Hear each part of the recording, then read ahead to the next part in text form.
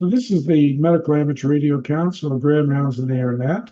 We're going to be covering Christmas and the holiday season today because today is December 21st and Christmas is right around the corner. You can see the big smile on my face too, I'm sure. And in doing so, we're going to be covering the joy, the relaxation, and staying healthy. So many of us from the Medical Amateur Radio Council, we are healthcare hams, and maybe we're now healthcare Christmas hams, and we can have duality of terms there. And realize that as we talk about things that are medically related, it's not medical recommendations, it's not diagnosis whenever we cover a topic. It's because we have a passion for items that are amateur radio related and medically related. This is just personal conversation that we're sharing with each other. Many of our members are from different fields of medicine. We have psychiatry, we have internal medicine, we have dentistry, and we're looking for everybody to participate. I see we have another check-in here. 86 ECP is checked in on the Zoom side. And we have some of our speakers here today, but we also have Keith with us, N3AM, one of the veterans of Marco, former president, who puts together the booth for Hamvention in Dayton, participates every year, makes the drive. So this is AA4FL, the personal home call, Hawthorne, Florida, for those of you that are listening on YouTube. We frequently make videos out of these sessions because it's a wonderful way for you to hear about subjects of medical related items discussed by amateur radio operators that have an interesting perspective.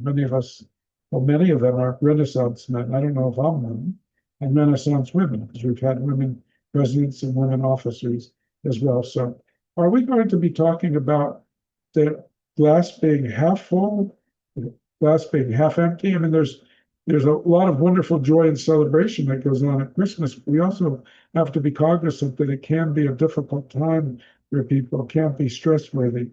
So I found a description of why Christmas is good for you and for your health from an English website here.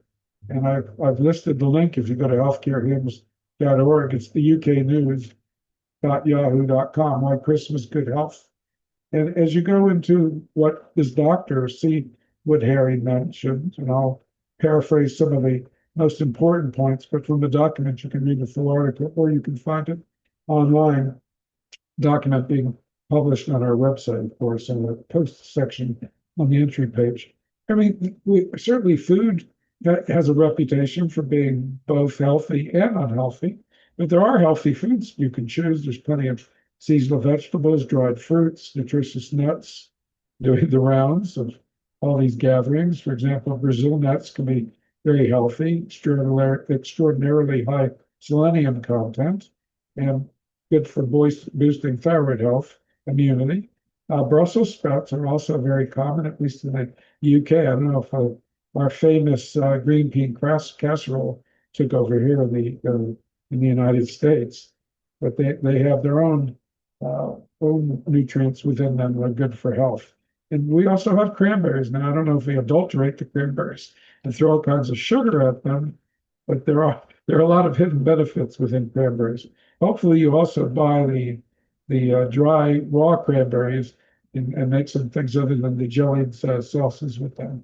But if on the personality end, on the personal end, and I know Chip N5RTF is going to talk about that today as well, the social connections through gatherings, shared traditions like singing carols, and acts of kindness that bridge the gaps between family, friends, and communities. It strengthens the bonds through shared activities like games, meal, and storytelling. And traditions and music also evoke positive memories. Last year, we covered Christmas carols, and that was our Grand Rounds on the Air top for the prior year. But we foster this nostalgia.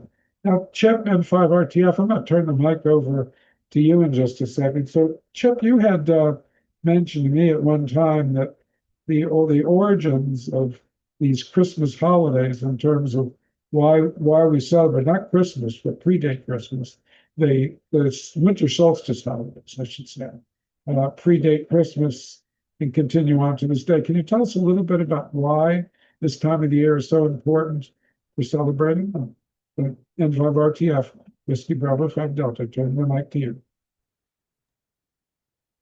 Okay, well, most of our civilizations, major civilizations, began in the Northern Hemisphere. So this is going to really relate mostly to them. But every civilization, every culture that we have any records at all from has some type of winter festival. Primitive people were actually more attuned to the seasons of the year, the sun, the moon, stars, than we are, because we stay indoors a lot, and our skies are hard to see because of the background light. But for primitive people, the seasons of the year were crucial. They gave clues as to what the weather was going to be, when to plant, when to harvest, when the streams might thaw out.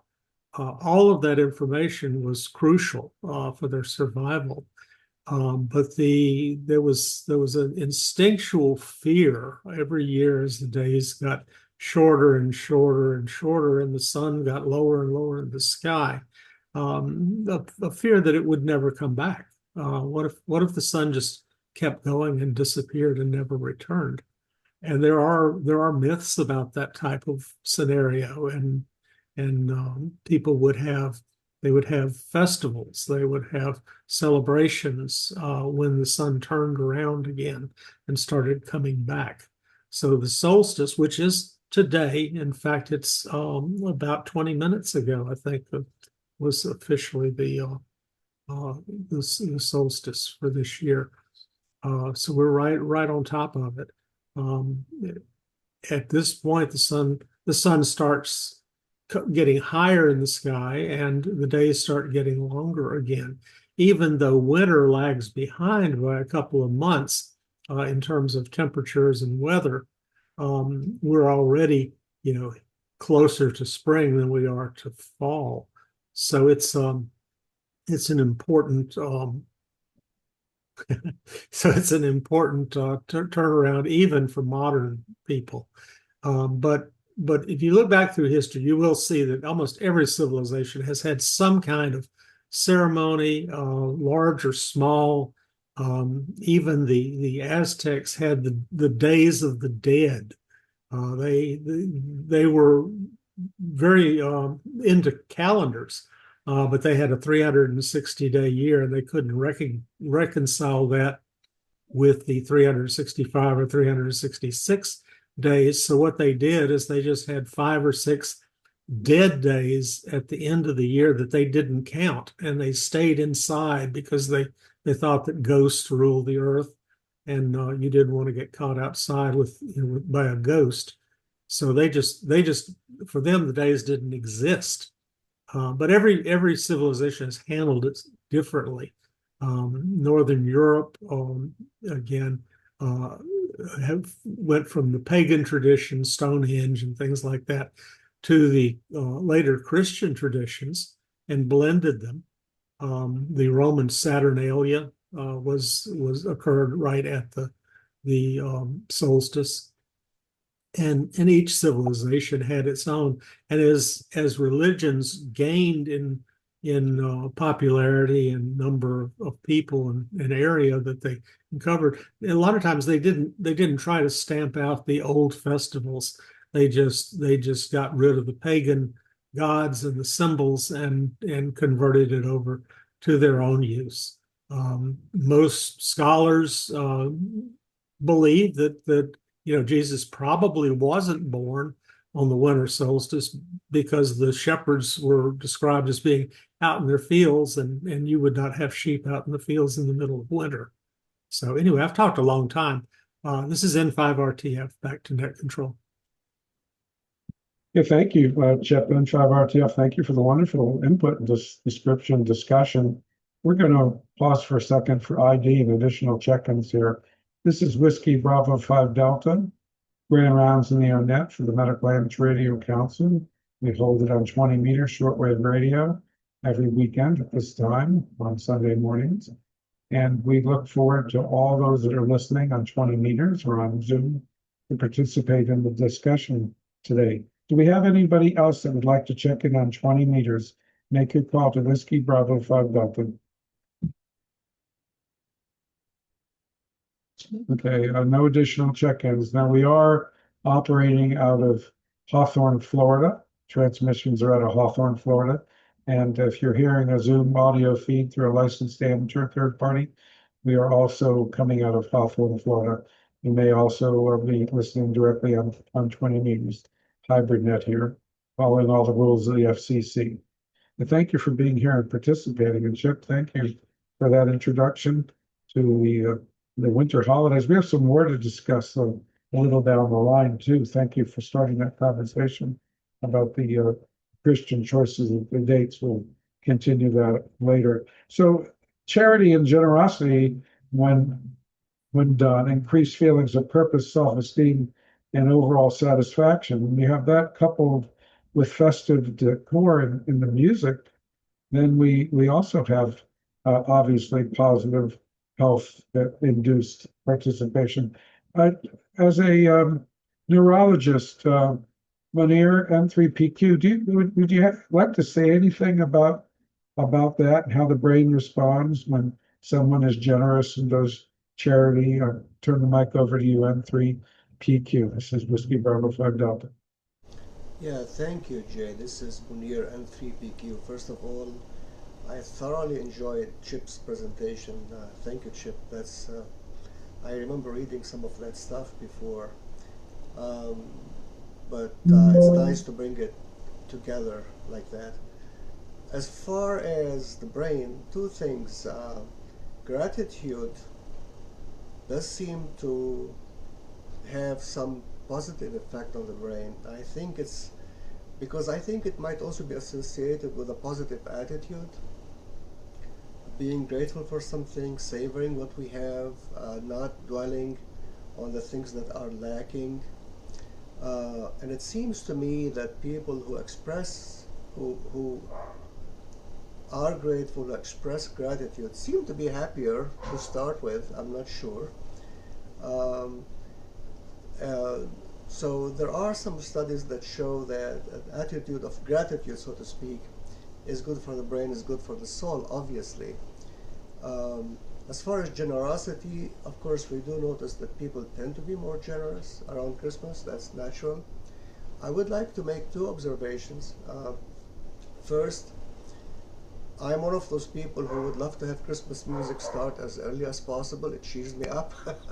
that's that's I'm one of the people who have no objection to starting early with Christmas music. Even a little drummer boy, even though it's a more somber music, I still find it cheerful. Second, going back to what Chip is saying and going back to what Christmas is all about, I'm sure there have been some studies about what kind of food they ate back then when Jesus was on Earth, was incarnate on Earth. Um, were there healthier foods? Were there less healthy foods? I guess we can get into that subject. I have a suspicion that they had very little sugar, but maybe too much salt. I'm not sure. This is Munir M3PQ. Back to you, Jay. Okay, thank you, Mayor M3PQ. We also have AP4MD with us. Carol, Carol, isn't today your birthday? Are you here sharing your birthday with us? Go ahead. Yes. I'm sorry, I really couldn't hear the question. Okay, Carol, is today also your birthday? Are you sharing Yeah, your that's birthday true. with? Okay, welcome. Thank you for checking in, waking up early there in California. Uh, th- Yes. would you like to introduce yourself to the group for those of you that don't know you and tell a little bit about yourself? Oh, sure. Yeah, I'm a retired pediatrician. Been retired since 2020. I've been a member of Marco here for oh, I don't know. It's been about 50 years. And Usually I don't join the net because it's kind of early for me, but I decided I wanted to get on early and participate here in this Zoom session a little bit, though. Um, so thank you very much. I don't really have much else to say. I do operate some HF here, and oh yes, I'm with the ARL. I'm the vice director for the Pacific Division here. So that's my story. Well, that's a very substantial position. Thank you for your volunteerism and Uh, participation in the hobby, Carol. And Carol has been a member for many, many years. And of course, California contingent, it is difficult on the early morning get together net. So this is Whiskey Bravo 5 Delta for ID, AA4FL at the microphone today. Our transmissions are originating from Hawthorne, Florida, and we do have third-party traffic for those licensed amateurs that have general licenses or higher on Zoom here, coming in through Zoom audio, and those transmissions are coming through here as well. And do we have any additional check-ins now on 20 meters? Everyone is welcome to participate. We're going to continue with our discussion about the Christmas holiday season. Make your call to Whiskey Bravo 5 Delta.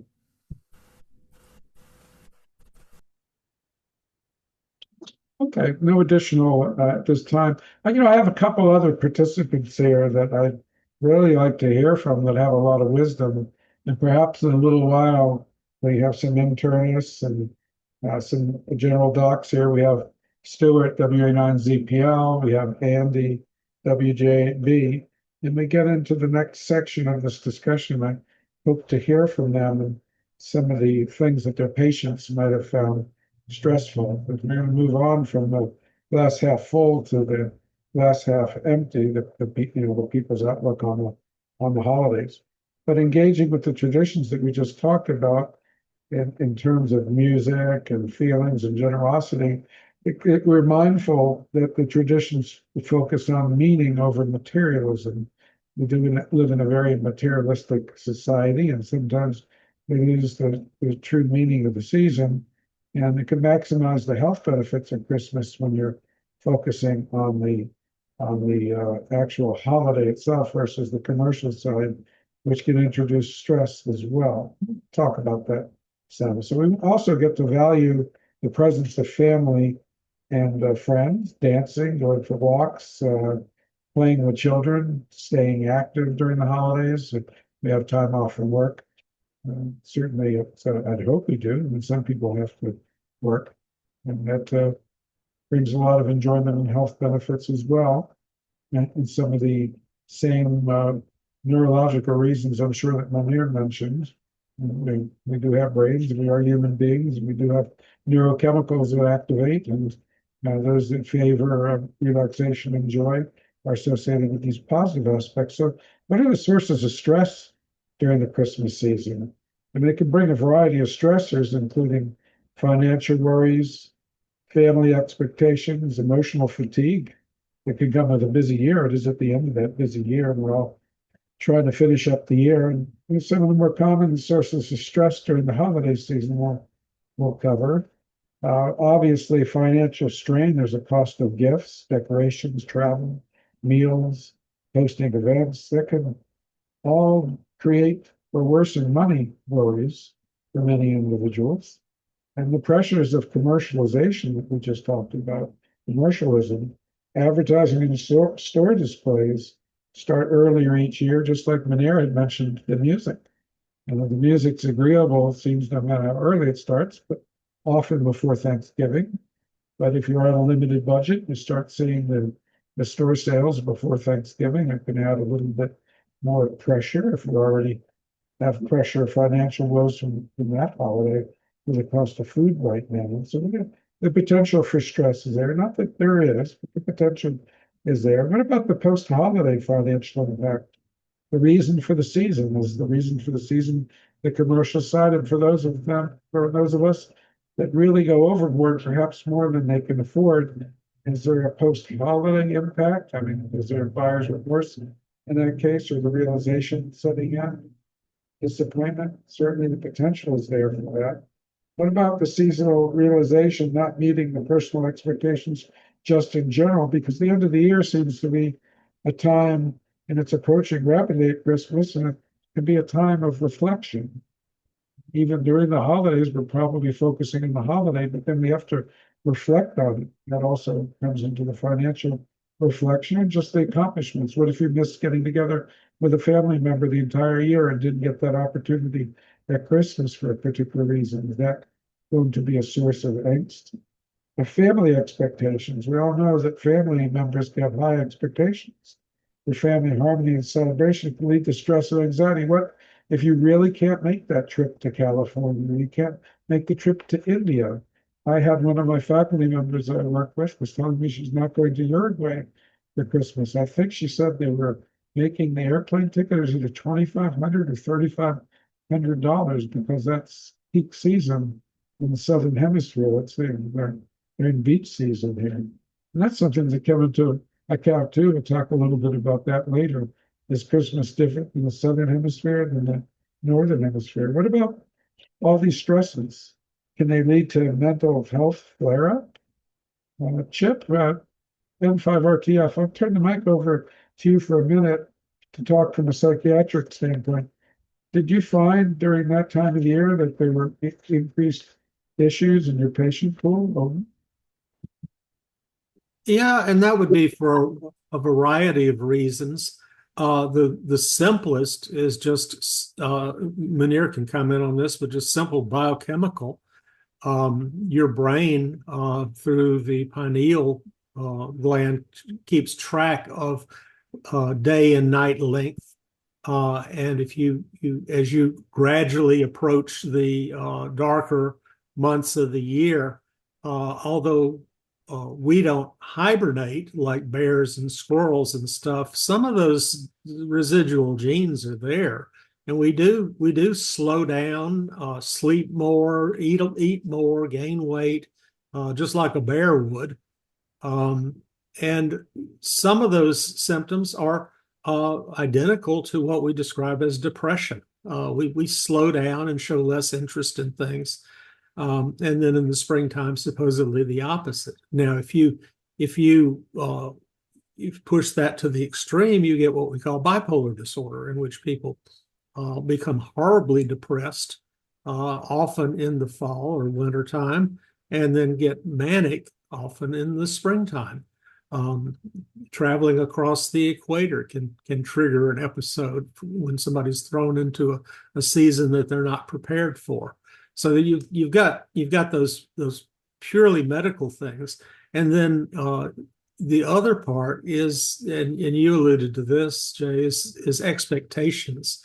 We've been raised to think that this is a magical time and that things will all be fine, that everything's going to be great, that we get together with our family and they're gonna behave well and everybody's going to get along, and just because it's Christmas, they won't fight with each other, and the old rivalries and things won't come out. And then, of course, they're disappointed because they do. It's still just a day. It's still the same family. The same issues are still there.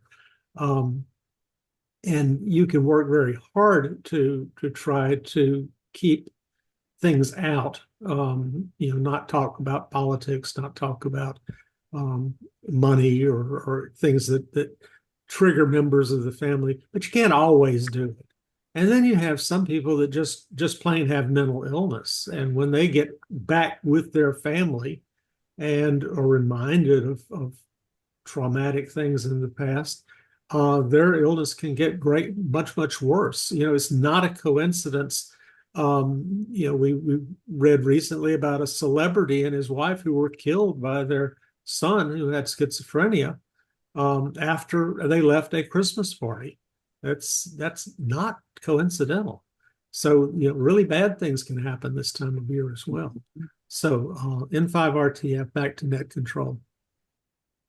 Okay, thank you, N5RTF. I'm going to pause one for late check-ins, additional check-ins on 20 meters, and also for ID. This is Whiskey Bravo 5 Delta, transmitting out of Hawthorne, Florida, QTH at AA4FL. That's my home call. The name is Jay here. I'm secretary of the Medical Amateur Radio Council. And do we have any other stations that would like to check in? All all hams are welcome to check in on 20 meters and participate. Make your call.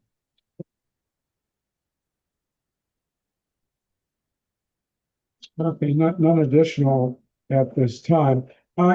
Munir, do you have any neurological comments about Chip's discussion here? And then I'm going to turn it over in a different way to some of our general physicians, our internal medicine docs. Go ahead, Munir. Yes, yes, I do actually. Thank you. And what Chip just mentioned brought something up to my memory. If you don't mind, though, let me refresh my memory because I was reading about that earlier.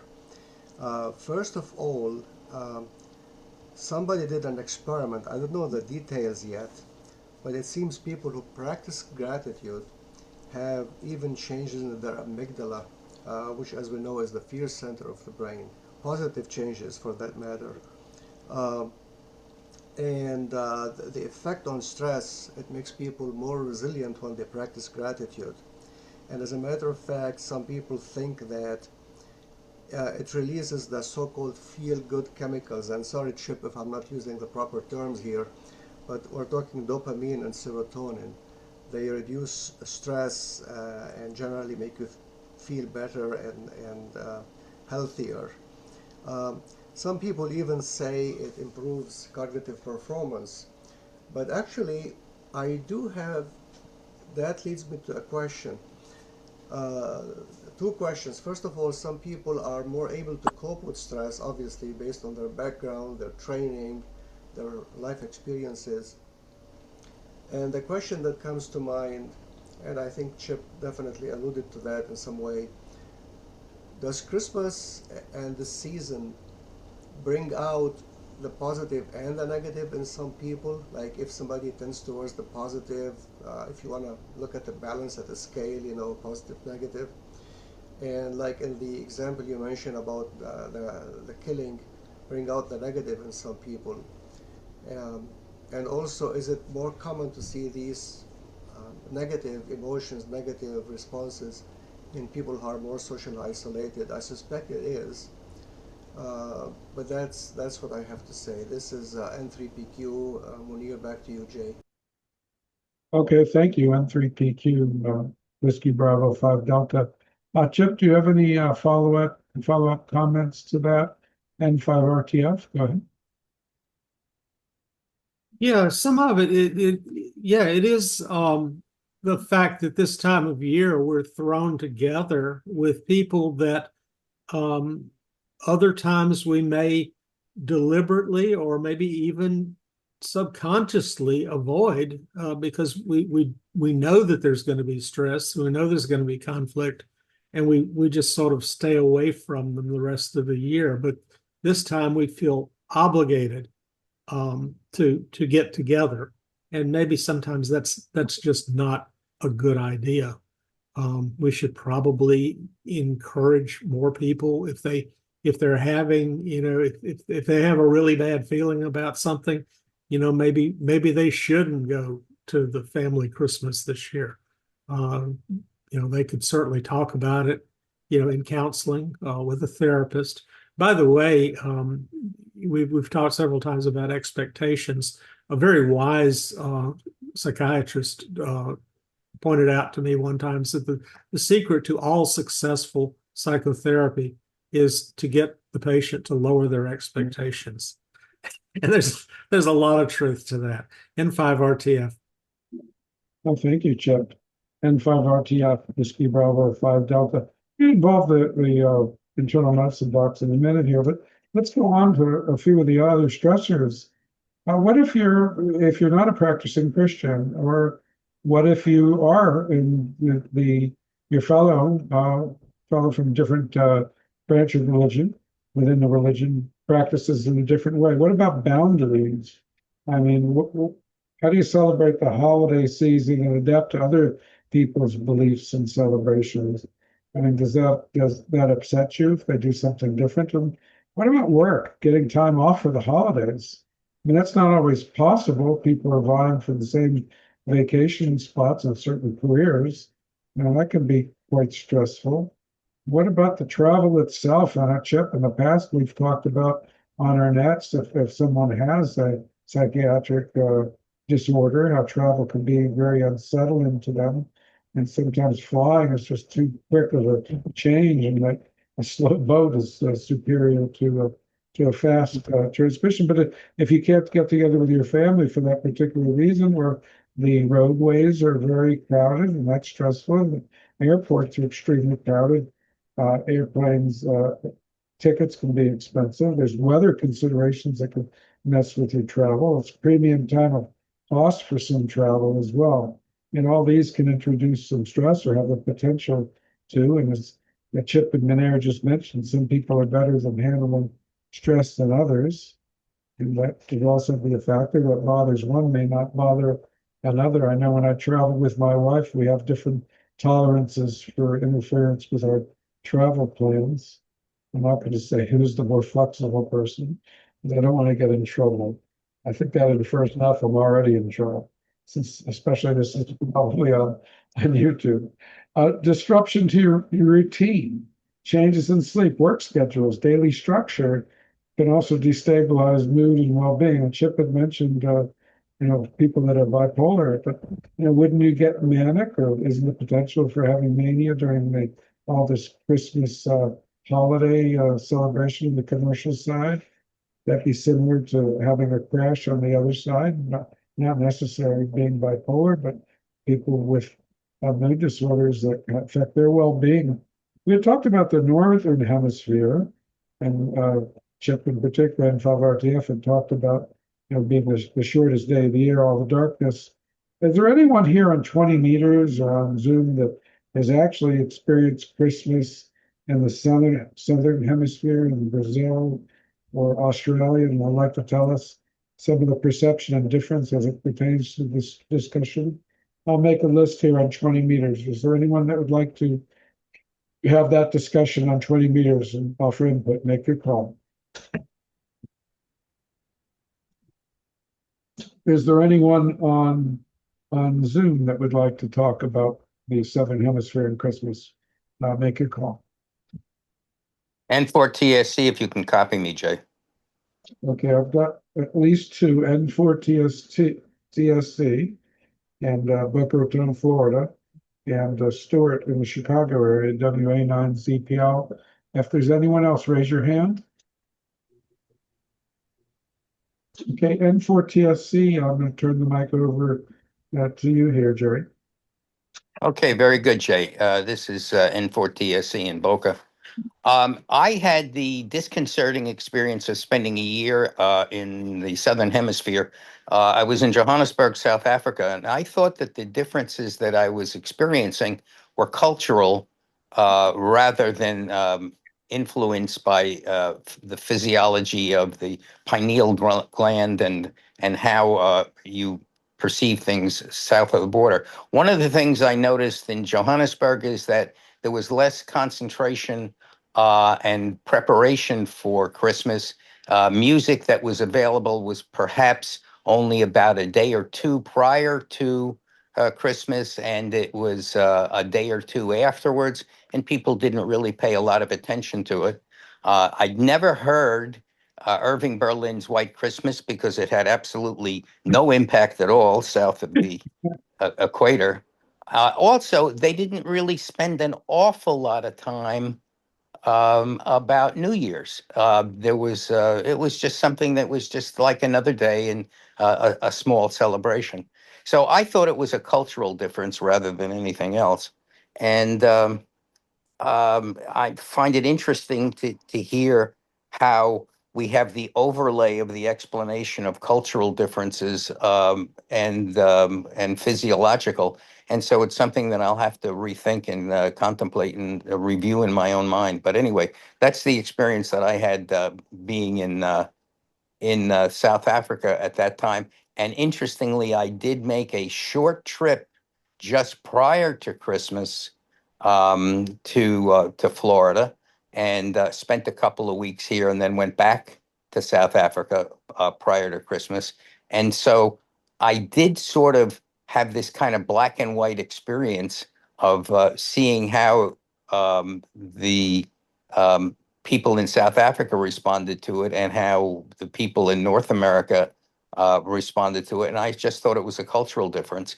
And I lay that against the experience that I had coming down to Florida, having lived in the Northeast and having come down during Christmas time. And the big thing that we had to write about when we went back to school was, how was your Christmas vacation and what did you do? And the big thing that stuck in my mind was that I actually spent the Christmas Day in the ocean, and that was the big thing that I wrote about as a kid when I was about 14 years old. Anyway, back to you, Jay. Okay, thank you, N4TSC, Whiskey Bravo 5 Delta, AA4F Alpha Mike. You know, White Christmas there, I guess the beaches could be White Christmas, but we also the same thing when you go down to Miami when you're from up north. Of course, in the 1980s, the White Christmas could have been white, different kind of powder than the sand. But Jerry, you were in Johannesburg. I wonder if it's changed since you were there. Was that in the 1980s that you were there? Over? Yeah, it was the late 1970s that I was there. And the experience that I had, and I still have a connection because we still have family in South Africa, and we still have, and some of that family has actually moved to the United States. And so we're in contact with some of our relatives in South Africa, and we understand, based on the contacts that we have with those that are living now in the US and their immediate siblings that still live in South Africa, there have been enormous changes culturally and changes, and those are probably more political than anything else.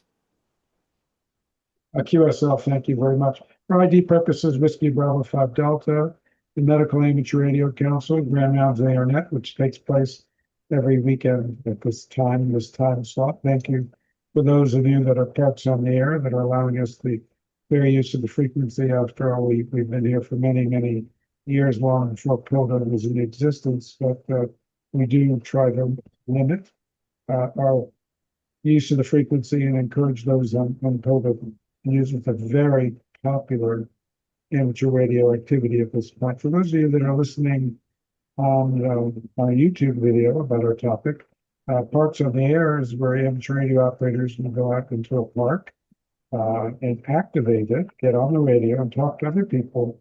And there are amateur hams that like to talk to every park possible.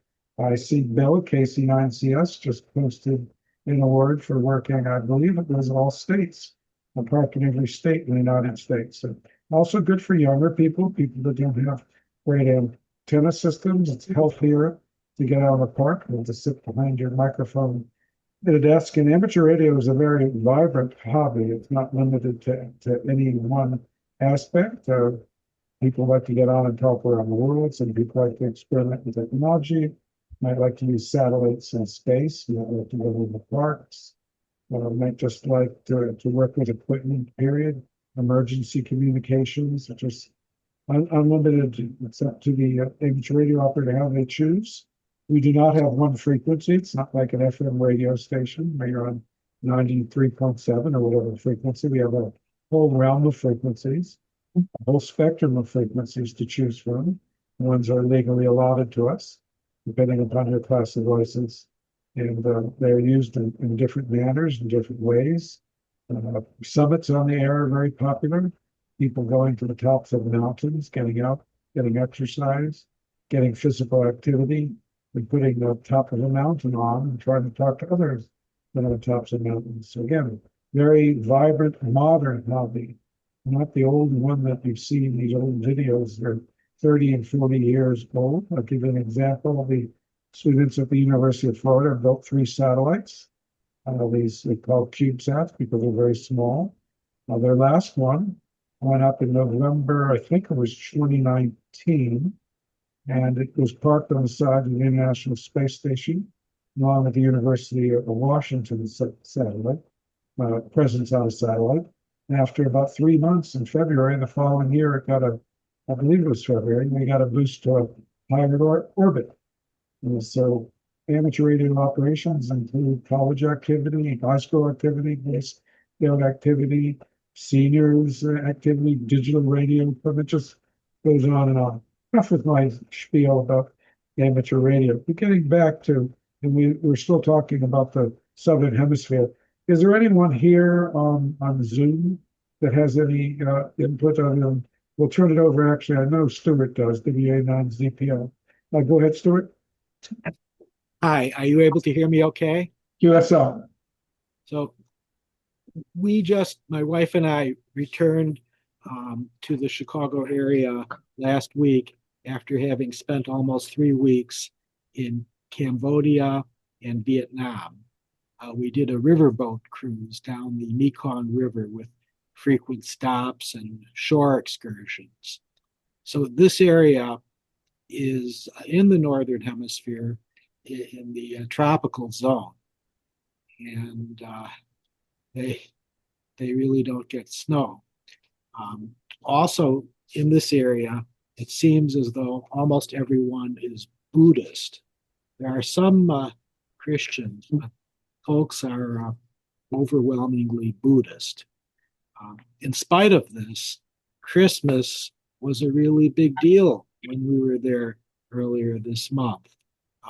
We saw a lot of Christmas trees and other Christmas displays.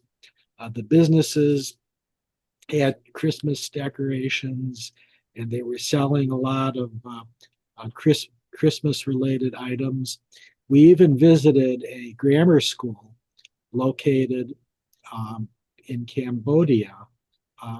This grammar school was on an island in the Mekong River, where the main industry is silk production.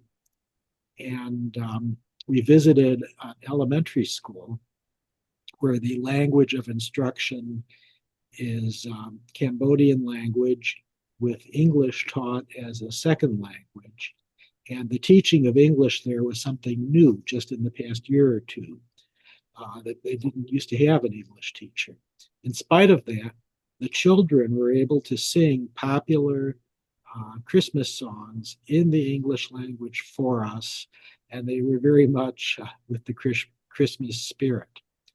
So it seems as though the cultural aspects of Christmas have really spread a lot to Cambodia and Vietnam as well, in spite of Christianity not being a common religion over there.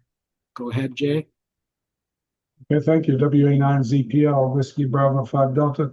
So, Stuart, you're saying that it's not the religious aspects of the holiday, but the other aspects of the holiday that we commonly also celebrate here in the United States are being celebrated in Cambodia and Vietnam? That's exactly right. That's exactly right. Even the hotels we're staying had Christmas decorations and toy soldiers, and people were serving desserts that were Christmas items. It was totally similar to what we get here in the United States.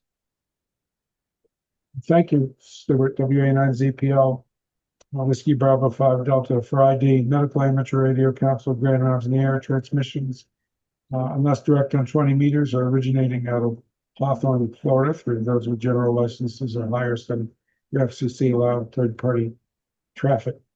We talked about boundaries earlier, Stuart, and boundaries, being from other backgrounds. So certainly those aspects of the holidays, many people from all religions here in the United States participate in the Christmas spirit and the holiday celebrations.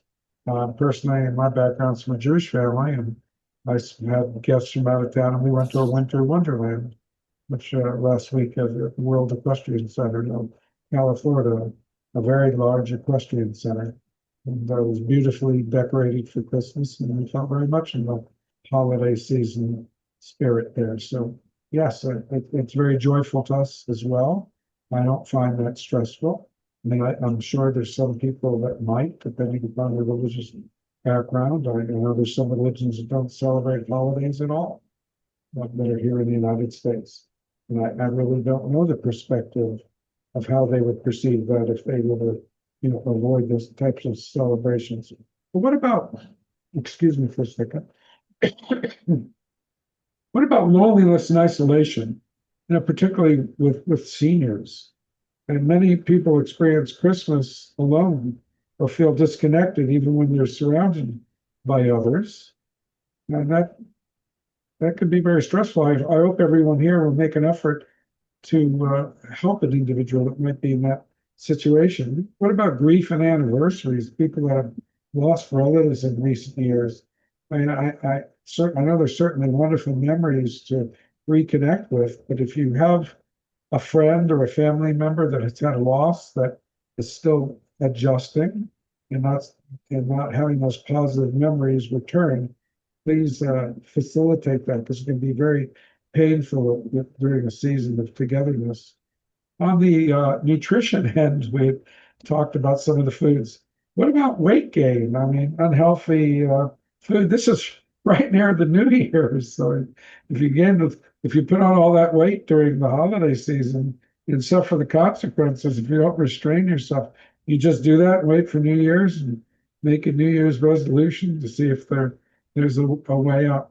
Now, Stuart, I'd like to ask you and also Andy WJB about some of these medical issues, blood pressure, chronic diseases. What types of things in your patient pool have exacerbated during the season, Stuart? W9ZPL. Well, it's hard to say what's causing what, especially with something like high blood pressure that's exceedingly common. Um, I want to point out that of everything that you just mentioned, it seems as though the intensity of research is focused on loneliness, especially loneliness in the older adult. This is a huge area, and it isn't just the mood disturbance of loneliness, it's also often a correlation between that feeling of loneliness and worsening of other chronic diseases through mechanisms that are unclear. That is a huge area. And I think we could almost do a whole nother hour session at a later date on loneliness. Go ahead. Oh, point well taken. Thank you for emphasizing that aspect of the holiday season. You're right, the entire session would be in order. One thing that we find about having these discussions on 20 meters, we appreciate all the amateurs that allow us the use of the frequency and not just parts of the air, the amateurs in general. When we have the discussion threads and we start to have these roundtable interactive discussions, we uncover just many more topics that we'd like to talk about. So we have a whole resource of past discussions that we have found that stimulate new discussions. If you would go to the YouTube channel for Healthcare Hams, the Healthcare Hams YouTube channel, I believe we already have 45 recorded sessions here of the Grand Rounds. And we're building quite a reservoir to build on. So anyone that sees one that you feel that has the potential for a new look from a different angle, don't be shy. Let me know. My home call is Alpha 4 Foxtrot London. You can find me on the QRZ. My email address is there. And Munira just mentioned that cognitive function is also can be affected by loneliness. So it's very important to help those that might be in a position of loneliness. Andy, WJ8B, if you're still with us, in your family of patients, I believe you're an internal medicine doc. Please correct me if I'm wrong. Do you have any wisdom for us on these topics? Go ahead. Well, yeah, you mentioned a lot of the things, and I think the underlying part of loneliness is really definitely one of the things that we need to pay attention to is, really as all people or persons, as well as being a physician. I have that factor going on in my own family. I lost my only brother in June, and his wife is just having real struggles with that. And try to help as much, but sometimes she won't even, talk to others, other family members. So that's a real key, and it's particularly a problem in the holidays, particularly those close to when the loved one passes away. As far as definite medical things for holidays, um, most of my patients do just fine, except those who are chronically ill with congestive heart failure or chronic kidney failure.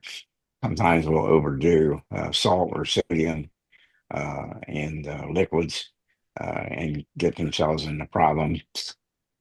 Also, with alcohol, uh, that is a case of what they call holiday heart, which someone gets drinking on a long weekend or a holiday weekend in particular, and shows up in a little bit of heart failure and a lot of atrial fibrillation. So I've seen that many times, in my active career. So that's about all I have for now. They're back to you, Jay.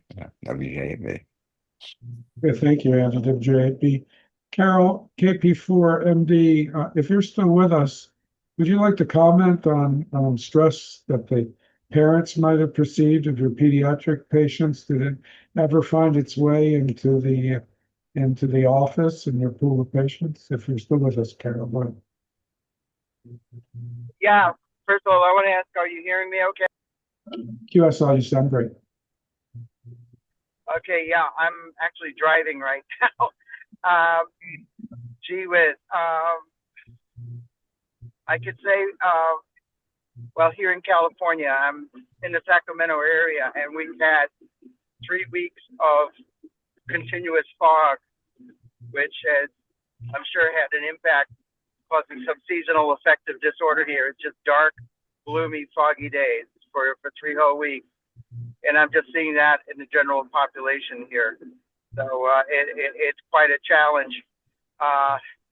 But the children, I have to say, children generally are really excited around this time of year. Of course, they're expecting to get, Christmas presents. And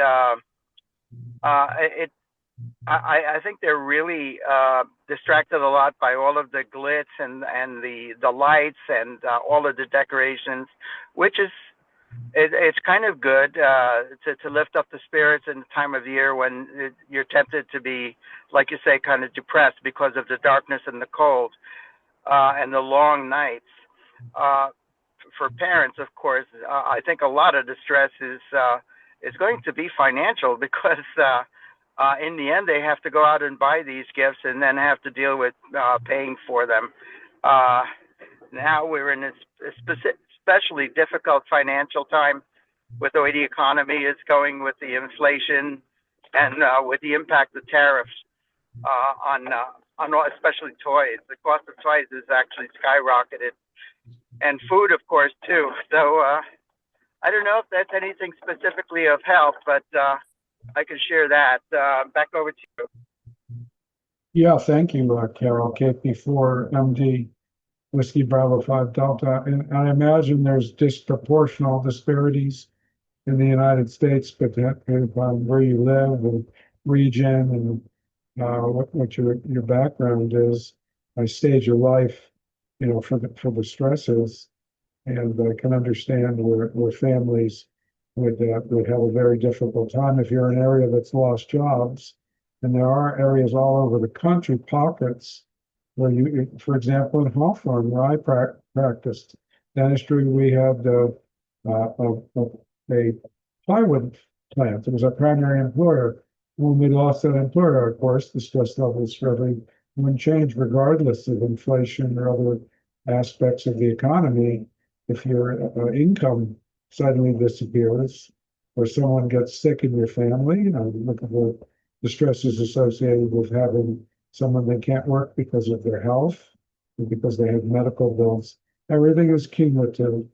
And hopefully this time of the year, it's not putting an unburdened ability for them to enjoy a nice holiday season together. It's getting past the top of the hour here. We usually have our net for an hour. So I'm not going to talk too much more here, stimulate too much more roundtable discussion here. But if you go to that background document that I used to prompt the discussion for today, go to healthcarehands.org, go to the entry page, scroll down a little bit to the post, and click on the PDF link to the PDF there. You'll always You'll be able to find some additional discussion. Chip had mentioned Christmas, the day that it's celebrated, and there's a long history about that on the History Channel about the winter solstice.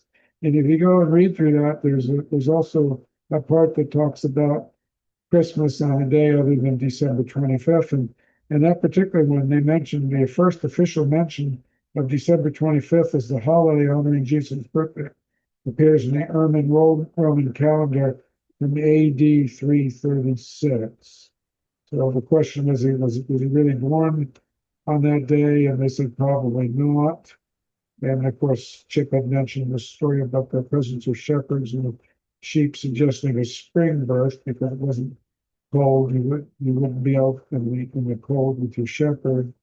And perhaps at the end of that time, at 336 AD, if you likely wanted the date to coincide with existing festivals of the pre-Christian societies, including those that were pagan, Roman, Saturnia, if that's the way it was pronounced, and Persian festivals. That way it became easier to convince Rome's pagan subjects to accept Christianity as the empire's official religion. You can read the full detail of that article with the link that's in the document.